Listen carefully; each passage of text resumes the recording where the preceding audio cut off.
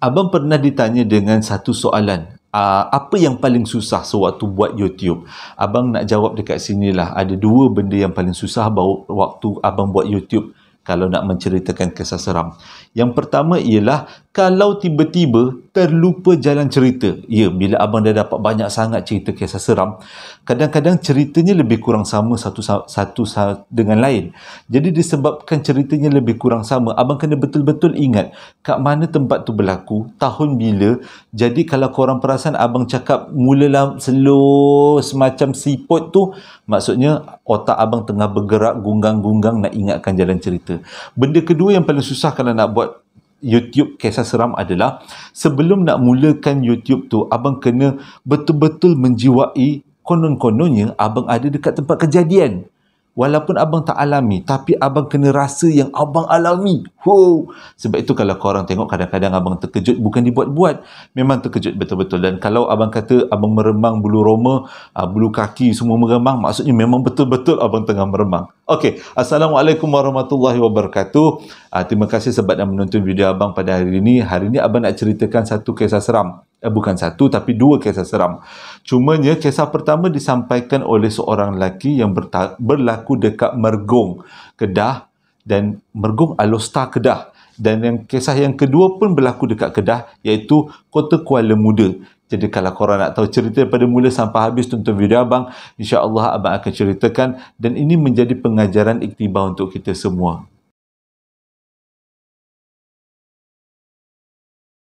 Cerita yang pertama ni diceritakan kepada abang oleh seorang budak lelaki yang namanya Ashraf. Kalau nama pendek nama Acap lah kan.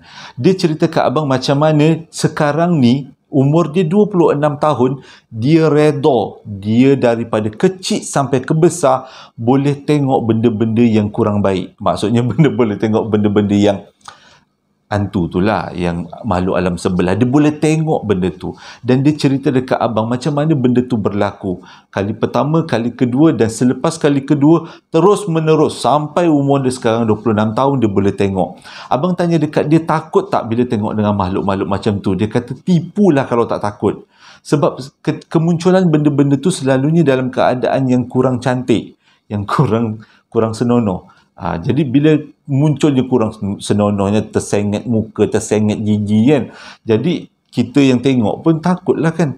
Tapi bolehlah kita bezakan, kalau macam muka tersengit-tersengit ni makhluk alam sebelah, kalau mukanya memang manusia adalah makhluk alam kita sekarang ni kan. Okey, ceritanya bermula macam ni. Sekarang ni dia berumur 26 tahun kan. Kes ni kita balik ke 20 tahun yang lepas, iaitu lebih kurang tahun 2021, 2001 ke 2011, 2001 lah. Waktu 2001 tu umur dia lebih kurang 6 tahun. Ini cerita ni macam mana dia boleh nampak tau. Waktu tu atuk saudara dia meninggal. Kes ni berlaku dekat Mergong. Atuk saudara dia meninggal, dan mak bapak dia bawa dia ni yang umur 6 tahun ni pergi rumah orang meninggal, atuk saudara dia ni. Jadi bila sampai dekat rumah atuk saudara dia tengoklah jenazah atuk saudara dia. Okeylah, dia kata dia tak adalah takut sangat sebab dia kenal dengan atuk saudara dia, siapa orangnya baik. Tapi yang nak jadi ceritanya, bila proses memandikan jenazah, waktu tu atuk saudara dia diletakkan dalam satu tong jenazah, tong mandian jenazah, dan kawasan tu ditutupi dengan kain supaya tidak dilihat daripada luar lah kan. Tapi selepas beberapa minit proses memandikan jenazah tu, nak dijadikan cerita, air mandi jenazah tu disalurkan ke longkang. Yang si Ashraf ni pula, waktu tu dia berumur 6 tahun, dia tak reti nak duduk diam. Dia merayau-rayau sekitar rumah. Dia merayau dekat luar rumah, merayau kat dalam rumah. Satu, sebab dia rasa tak selesa. Budak kecil kan, dia ada rasa takut.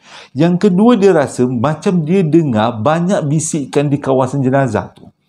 Jadi bila dia merayau dekat luar rumah, tiba-tiba dia menampak satu saluran daripada kawasan tempat mandi mayat keluar menghala ke longkang. Jadi dia pun, budak-budak kan, dia suka merayau ke sana kemari, dia pun pergilah kat tempat mana saluran tu pergi. Hujungnya dekat mana? Rupanya hujungnya dekat longkang. Bila dia sampai dekat longkang tu, dia tengok ada seorang ada satu makhluk tengah menongging menjilat air jenazah tu. Abang tanya dengan dia macam mana bentuk makhluk tu, pakai baju apa. Dia kata makhluk tu tak pakai baju, makhluk tu kulit aja, cuma rambutnya agak panjang sikit. Dan bila dia tengok makhluk tu, automatik dalam otak dia kata ini bukan orang, ini sesuatu. Tapi pada umur 6 tahun, dia kata dia tak tahu nak cakap benda tu apa, sama ada syaitan ataupun jin. Tapi dia tahu benda yang dia nampak dekat depan tu bukan manusia. Dan jaraknya antara dia dengan makhluk tu lebih kurang 10 langkah macam tu. Bila dia nampak makhluk tu, dia tengok aja. Dia tengok, dia tenung. Dan dia boleh dengar benda tu menjilat air jenazah tu. Macam syurup macam tu. Jadi bila dia dengar benda tu, memang dia dah tahu benda tu bukan hantu. Dia punya kaki terpaku tau. Tak boleh bergerak. Duk berdiri kat situ je. Tengok makhluk tu. Cuma dia ni membelakangkan makhluk tu kat... salah. Betul tak? Dia ni duduk dekat belakang makhluk tu. Bila dah lama sangat dia duduk kat situ, akhirnya makhluk tu perasan yang Ashraf ni ada dekat belakang dia. Lebih kurang 10 langkah kat belakang dia. Dan dia pun toleh. Makhluk tu toleh ke arah dia. Dan abang terus tanya macam mana rupa makhluk tu. Dia kata mukanya terbakar warna hitam, kulit ni coklat kehitaman, tapi boleh kata seluruh badan dia mengeluarkan asap. Asap yang seolah-olah terbakar.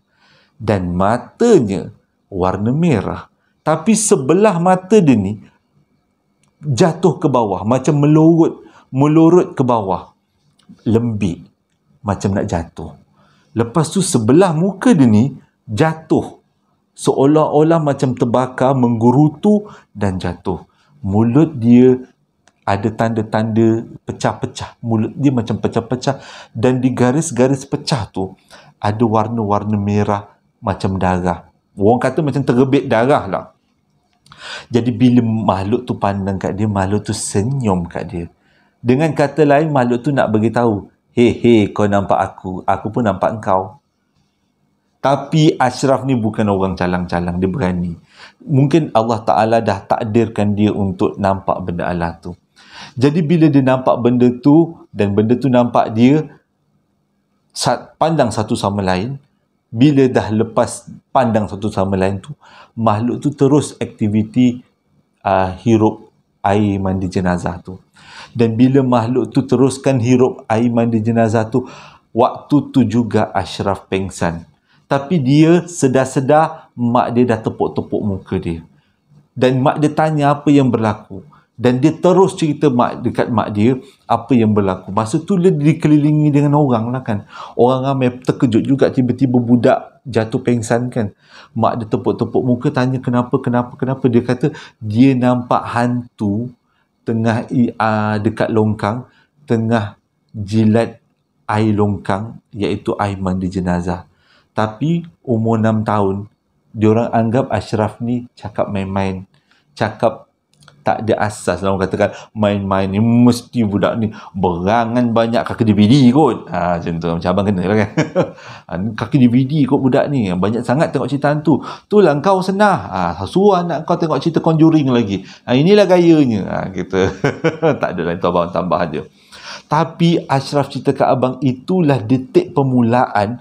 Sejak daripada tu, dia memang senang nampak dengan makhluk-makhluk alam sebelah. Terutama makhluk-makhluk yang bentuknya tak sekata. Tak sekata pula. Bentuknya tak cantik lah. Bentuknya tak cantik. Dan sejak daripada tu, dia biasakan diri. Tapi itulah kali pertama. Lepas tu abang tanya, adakah ada kaitan dengan arwah atuk dia ni? Dia kata tak. Benda tu tak ada kaitan dengan arwah atuk dia yang meninggal, atuk saudara dia yang meninggal. Sebabnya atuk saudara dia yang meninggal ni orang baik-baik. Dan dia yakin bila dia tengok makhluk tu bukan belaan ataupun bukan berasal daripada atuk saudara dia.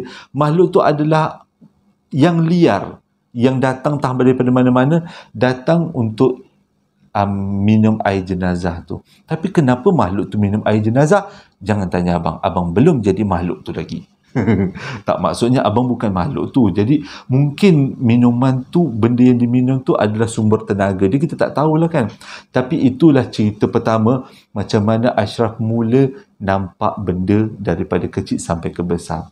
Kali kedua, selepas umur 6 tahun tu dia nampak, tapi dia lebih kepada dia nak melupakan lah, dan dia nampak selalunya imbasan-imbasan dan tak terlalu tepat. Ini adalah kejadian kedua, dan selepas kejadian ini sampai umur dia 26 tahun sekarang, dia nampak semuanya jelas-jelas. Sampaikan dia kata setiap kali dia naik motor, dia naik kereta, dia nampak orang-orang yang pernah aksiden dekat kawasan tu. Nak lagi dia kata kat kawasan-kawasan aksiden memang selalu nampak benda-benda yang menakutkan. Okey, pada umur dia 16 tahun, dia dapat tawaran masuk sekolah dekat satu sekolah terkenal dekat Mergong, Alustar Kedah. Abang tak boleh nak beritahu sekolah apa, nanti korang huru-hara pula abang punya video kena turun, tak seronok lah kan. Jadi bila dia bersekolah dekat sekolah tu memang terkenal, selalu jemput atlet-atlet daripada sekolah-sekolah lain duk berkumpul kat sekolah tu, sebab sekolah tu penuh dengan fasiliti untuk bersukan, memang bagus. Jadi, bila Ashraf di sekolah dekat situ, dia boleh rasa sekolah tu macam ada yang tak kena, tapi dia tak nak cerita. Dia tak nak cerita kat siapa-siapa. Tapi bila dia tengok, banyak sangat dia tengok benda-benda yang menakutkan ni, dia pun selalulah bercerita dengan kawan baiknya namanya Hafiz. Dan Hafiz pun percaya. Nak jadi cerita pada satu hari, pada umur dia 16 tahun, adalah banyak atlet-atlet daripada sekolah-sekolah lain berkumpul dekat sekolah dia ni untuk training ke, untuk pertandingan sukan macam itulah lebih kurang.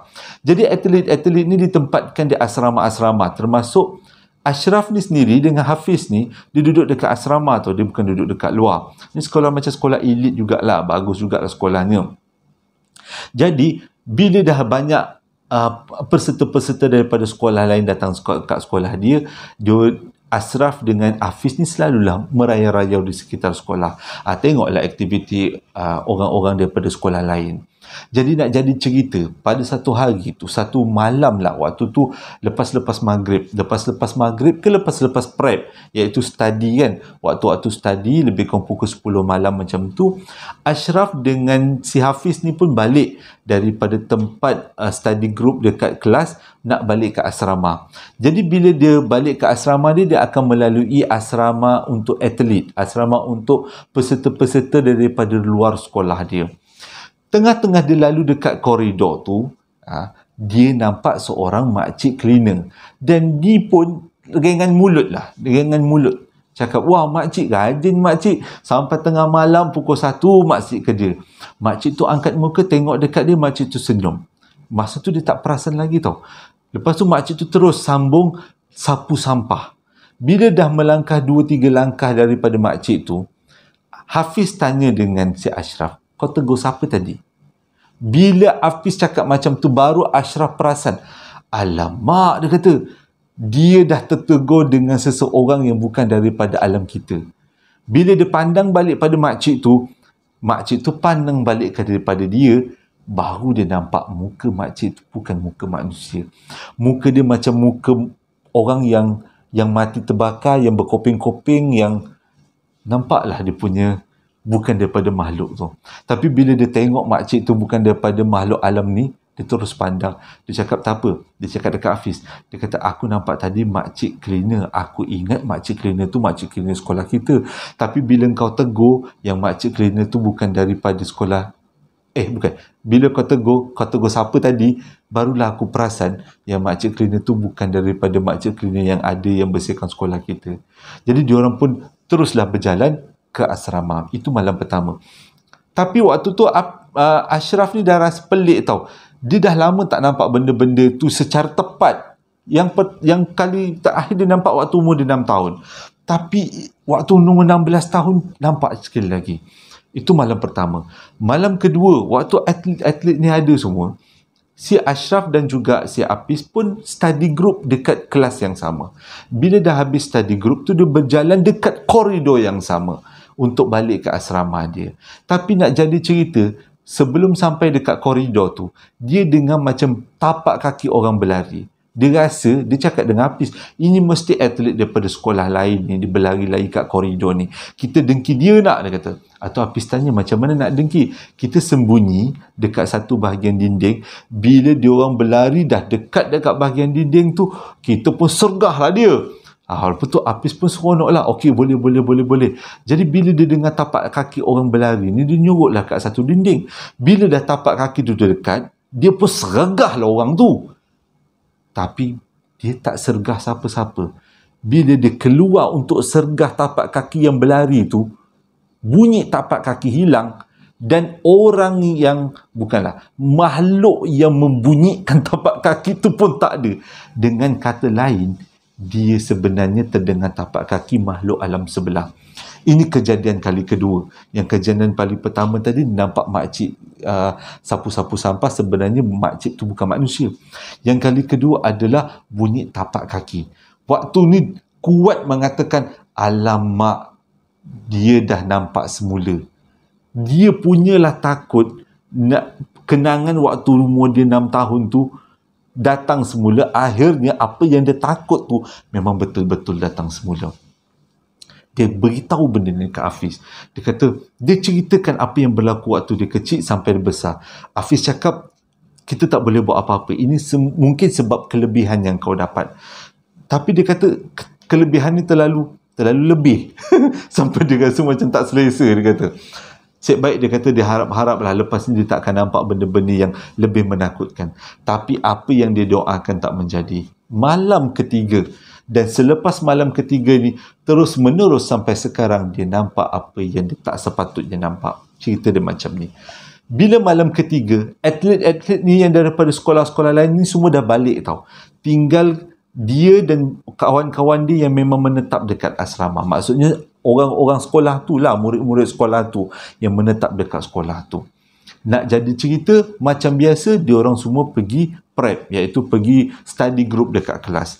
Tapi kali ni Hafiz tak ikut. Hafiz duduk dekat dalam asrama sebab Hafiz tak sihat, Hafiz demam. Jadi si Ashraf ni pun study lah dekat kelas dengan kawan-kawannya lain. Tapi kawan-kawan lain balik awal, tinggallah Ashraf dengan beberapa orang.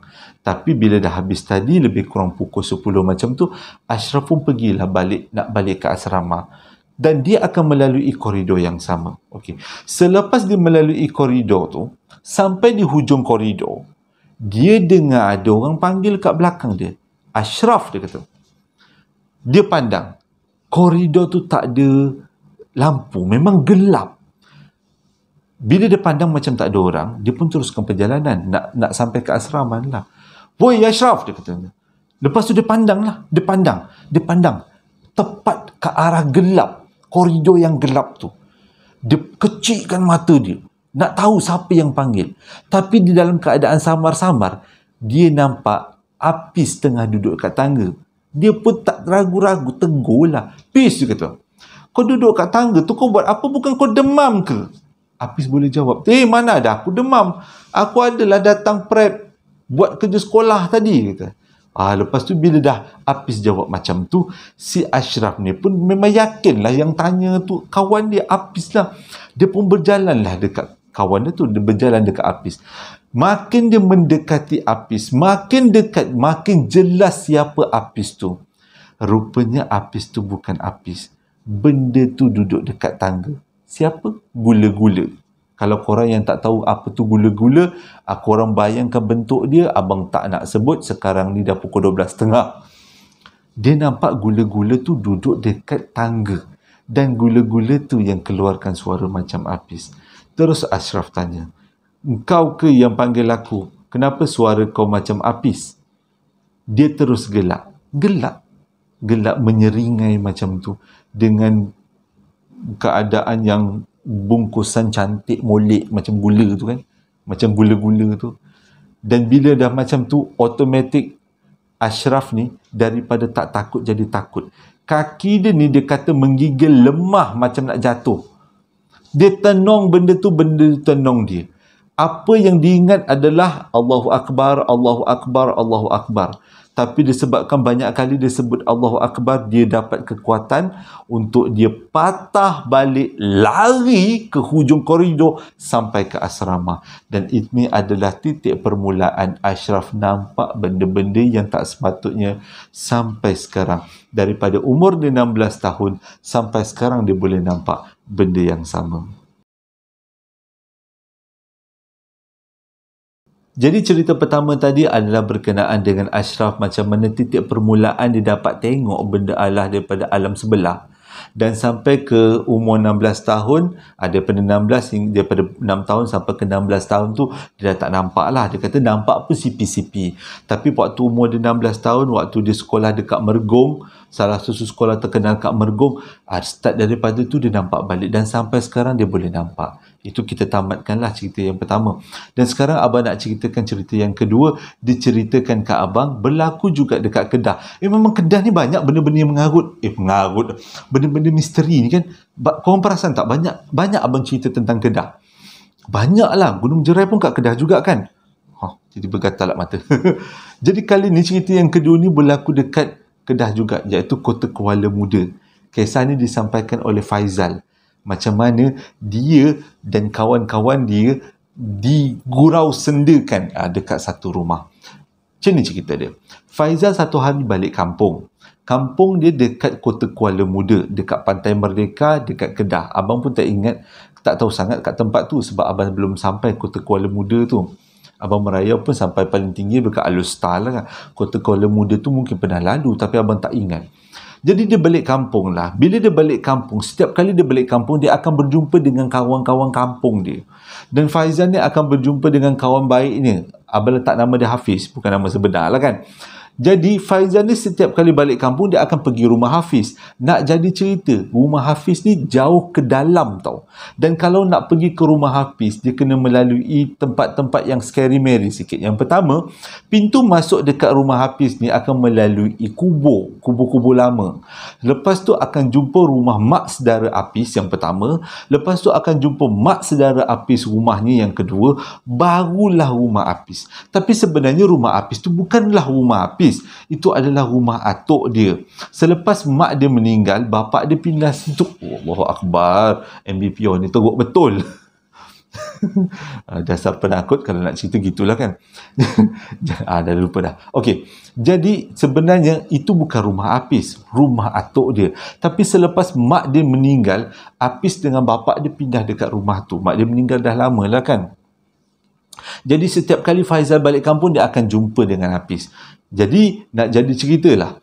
Bila satu hari tu dia balik kampung, dia jumpa dengan Hafiz, borak-borak dengan Hafiz kat rumah. Masa tu petang lah kan, dia kata petang tak ada benda, okey. Lepas tu dia cakap dengan Hafiz, ni malam minggu Hafiz, dia kata, apa kata malam ni kita buat sesuatu, nak aktiviti dekat Pantai Merdeka. Atau Hafiz tanya nak buat apa? Kita pakai macam baju perempuan, lepas tu tapi kita pakai helmet lah kan. Kita kalau tak pakai helmet nampak sangat semua orang tahu kita ni jantan gitu. Jadi kita pakai baju perempuan, kita pakai helmet, kita pakailah 5-6 orang, kita jalan dekat Pantai Merdeka tu, kita sergah-sergah orang lah kan. Nanti orang terhibur lah kan. Ada budak-budak muda tak ada buat aktiviti ni lah aktivitinya. Lepas tu Hafiz kata, okey aku setuju, tapi kita nak dapatkan baju daripada mana? Faizal cakap, mak kau punya baju kan ada, arwah mak kau, kita pakai baju arwah mak kau lah kan, lagipun dah tak guna lagi kan. Lepas tu Hafiz kata, okey, boleh juga. Tapi takkan kita berdua je? Tak apa, aku roger kawan-kawan yang lain. Peristiwa ni berlaku lebih kurang sebelum PKP, 2019-2018 macam tu. Jadi si Faizal dengan Hafiz pun roger kawan-kawan kampung dia. Jadi bila maghrib tu, kawan-kawan kampung dia pun datanglah ramai-ramai kat rumah. Masing-masing lah pakai baju perempuan, pakai helmet. Pergilah kat Pantai Merdeka malam-malam pukul 10 malam, duduk sergah-sergah orang. Okey, akhirnya part yang seramnya. Bila dah habis dia orang segar-segar bergembira dekat Pantai Merdeka tu macam nak gila tu, dia orang semua balik ke rumah Hafiz semula. Dan dia orang pun gantilah baju, letak dekat satu kawasan, pulangkan dekat Hafiz, dekat letak satu kawasan tak. Masa lipat baju dan pulangkan dekat Hafiz, dia buat cakap terima kasih lah kan. Jadi bila dah pulangkan Hafiz tu, tiba-tiba dia orang ni semua bau busuk tau. Bau busuk yang busuk tapi tak tahu daripada mana. Waktu ni dia orang ni semua lepak dekat bukan balcony, dekat anjung lah, anjung rumah. Dia orang lepak dekat anjung rumah. Masa tu pukul 10 malam tu. lepak kat anjung rumah, tiba-tiba ada orang cakap, korang bau tak ada bau pelik, bau macam bau bangkai, dia kata, bangkai yang teruk sangat. Lepas tu kata, semua bau. Jumlah masuk rumah, dia kata. Ni dekat luar rumah, dalam rumah dia rumah yang paling ujung. Belakang rumah dia hutan pula tu. Okey, diorang semua masuk dalam rumah. Bila dah masuk dalam rumah, tiba-tiba bapak si Hafiz ni keluar daripada bilik tau. Bapak Hafiz tanya, ni bau apa ni? Teruk sangat bau ni. Korang bau ambil bangkai daripada mana-mana ke? Dia kata, tak ada pakcik, tak ada pakcik. Kita orang pun tak tahu bangkai ni, kita orang pun tak tahu bau ni datang dari mana. Dia orang pun masuk dalam rumah, tutup pintu, tutup tingkap semua, dan dia orang buka TV. Layan TV lah untuk mengurangkan rasa macam takut kan. Sebab bau busuk tu dia kata bukan bau busuk bangkai, tapi bau busuk macam bangkai. Teruk sangat bau dia. Tengah-tengah dia orang tengok TV tu, nak jadi cerita, TV dia dekat sebelah pintu tau. Tengah-tengah dia orang tengok cerita, lebih kurang 10 orang lah tengah tengok cerita kat TV tu. Tiba-tiba salah seorang daripada dia orang menjerit kuat. Dan lepas menjerit, dia pergi terjah dekat kawan sebelah dia, peluk kawan sebelah dia sambil menjerit-jerit, takut weh. Yang lain ni jadi blur. Dah kenapa pula Mamat ni terjerit-jerit. Lepas tu dia diam. Lepas dah menjerit, dia diam. Dia tengok balik dekat TV. Menjerit lagi. Tolong aku. Aku nak buat apa ni? Macam tu. Hafiz, Faizal dan kawan-kawan yang lain dah jadi blur. Dah kenapa pula aku sepak juga budak ni kan? Duk menjerit tengah malam. Lepas tu ajarlah istighfar. Selawat Nabi. Tu dia ikutlah istighfar, selawat Nabi. Lepas tu dia pun lega. Lepas tu bapak kepada Hafiz tanya, kenapa kau menjerit? Dia kata, tadi nampak benda tu melompat dekat pintu, depan pintu, melompat-lompat. Korang faham lah kalau melompat-lompat tu apa. Abang tak nak sebut, teruk nah dia kata sebut waktu ni. Melompat-lompat cik, dia kata depan pintu. Lepas tu kawan cakap, kau berangan ni kot. Banyak tengok DVD ni, kaki DVD ni melompat-lompat ni. Tak ada pun, kita orang tak nak nampak pun. Dia kata, lillahi ta'ala, benda tu melompat-lompat dekat depan tu. Bila dah sudah macam tu, bau busuk tu datang balik. Tapi kali ni bau busuk tu bukan ada kat luar rumah. Bau busuk tu ada dekat dalam rumah. Dan lebih tepat lagi, bau busuk tu ada dekat rumah atas. Nak jadi cerita, abang nak terangkan, rumah tu ada 3 section lah. Rumah atas, rumah tengah, rumah bawah. Rumah kampung ni kan. Dia orang semua tengok TV dekat rumah bawah. Yang si kawan dia ni nampak benda tu melompat-lompat dekat rumah bawah. Dan bau busuk yang diorang bau sekarang ni ada dekat rumah atas. Terus masa tu muka bapak Hafiz berubah. Korang ni, di antara korang ni semua, ada tak yang pergi naik dekat rumah atas? Mula-mula tak ada siapa yang nak mengaku. Tak ada cik. Cakap betul-betul, dia kata.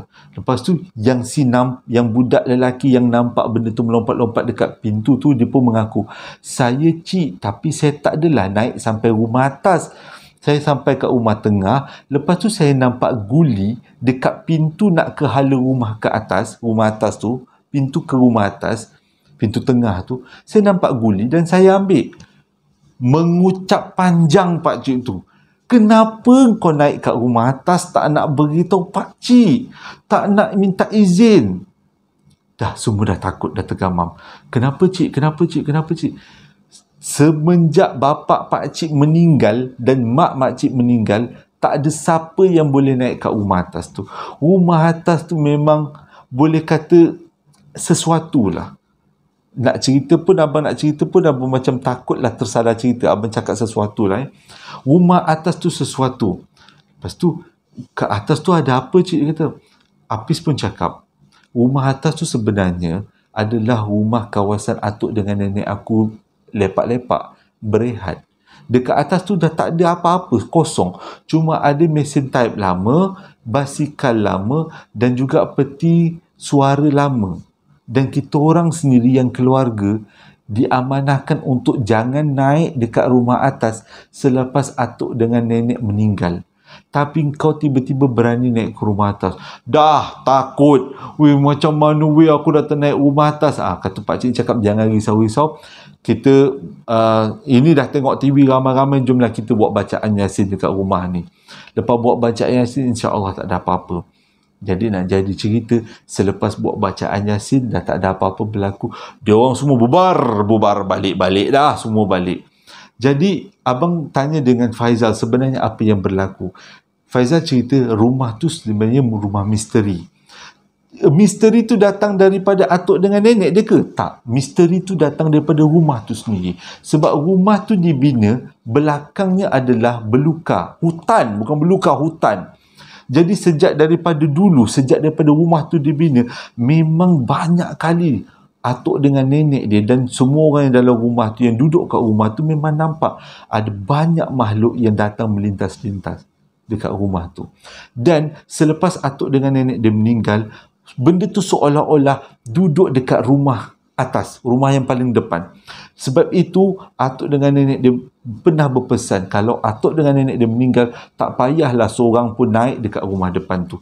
Sebab dah melalui firasat-firasatnya, seolah-olah rumah depan tu dah di booking oleh makhluk tu. Selepas atuk dengan nenek meninggal, kita orang nak duduk kat sini. Macam tu lah bunyinya.